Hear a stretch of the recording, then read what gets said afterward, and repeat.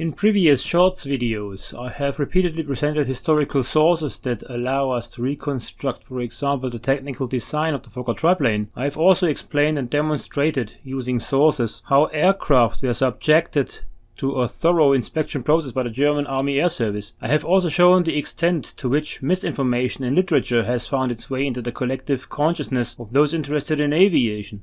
Captured aircraft were often thoroughly examined by the enemy, and the Germans always tried to understand what the engineers on the other side were doing. Capture reports are often very informative when it comes to the technical details of aircraft. However, depending on how these capture reports are written, they can also create a very negative image of an aircraft's performance, which in turn finds its way into the minds of today's aviation enthusiasts. What I'm showing you here is the very superficially written report on Fokker 144-17, which was flown by Lieutenant von Stapenhorst and after its capture was given the British booty number G125.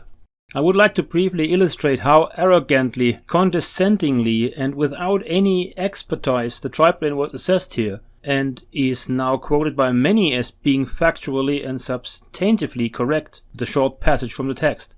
It states, quote, "Summary of constructional criticism. In broad lines, little good can be said of the Fokker structure. The designer appears to have employed considerable ingenuity or exhibited considerable mental slackness in devising schemes whereby slight increase of manufacturing speed has been purchased at the price of grave structural weakness or increased weight. Where speed of production has not tempted him, his aim has been reduction of resistance. Here also strength and above all permanence of structural rigidity has been disregarded, and yet it is hard what notable gain of fineness has been gained." End of quote. We have already discussed how the triplane, based on the Fokker V1, had significant structural changes compared to earlier aircraft, and also offered many advantages in terms of strength, weight and manufacturing.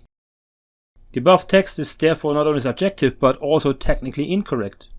The editors of the British magazine Flight recognized this immediately at the time and examined the aircraft, the very same aircraft, in detail themselves, discussing it at length in one of their issues. The article also criticizes the view expressed in the military booty report. We will take a look at this flight report in one of our next episodes.